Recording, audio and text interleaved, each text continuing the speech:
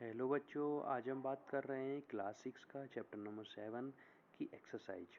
तो उसमें हमने डी तक तो फर्स्ट वीडियो में किया था, हम बात कर रहे हैं सेकंड वीडियो में। ठीक है, इसमें आपको डिफाइन द फॉलोइंग। तो फर्स्ट क्वेश्चन आता है ई वाले में, आपका डिफाइन द फॉलोइंग फर्स्ट आता है हर्ब्स। ठीक है, तो इसके आंसर्स इस प्रकार हैं।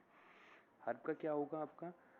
ए herb is a non body plant that has green and tender stem with few branches on. ठीक है, सेकंड उसी में क्वेश्चन आता है आपका। ये सारे जो क्वेश्चन हैं इसको मैं लगातार उसी में दिखा दूंगा आपको। ठीक है, जो सॉल्यूशन है इसका आंसर वहीं से आपको कंटिन्यू मिल जाएंगे, first second third four five six seven eight के। तो फर्स्ट का आंसर आपने पढ़ चुके हो। अब सेकंड की बात करते हैं। सेकंड में आता है श्रब। श्रब में क्या होता है? A shrub is taller than a herb and has stem branching out at its base. ठीक है, अब आपका आता है थर्ड वाला क्वेश्चन पूछा था, उसमें एक्सप्लेन में ट्री के बारे में बताना था आपको। A tree is a woody plant that has many branches on a single stem. Four आता है आपका क्रीपर। क्रीपर्स में क्या होता है? Creepers are plant with weak stem that grow along the grounds. Next आता है आपका 5 नंबर पे क्लाइंबर के बारे में पूछा था। Climbers are the plant that cannot grow upright and require support for climbing as their stems are very weak, delicate and soft. Next आता है आपका 6 नंबर पे venation. Venation is the arrangement of veins and the veinlets in the lamina of the leaves. ठीक है, अब उसके बाद हम बात करेंगे एफ वाले क्वेश्चन में।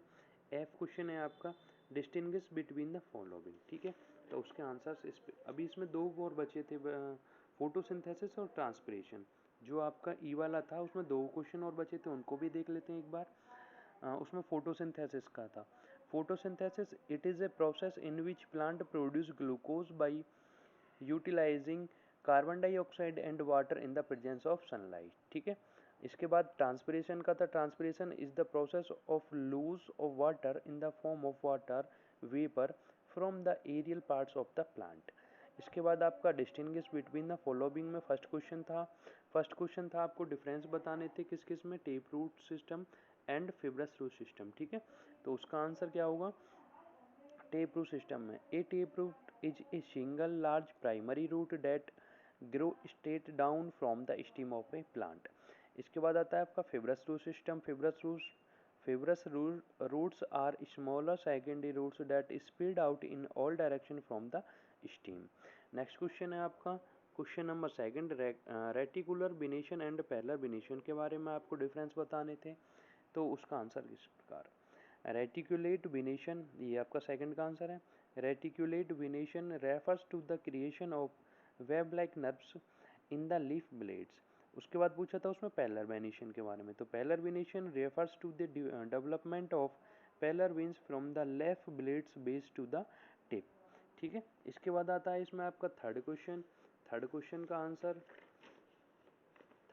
का आंसर क्या होगा आपका?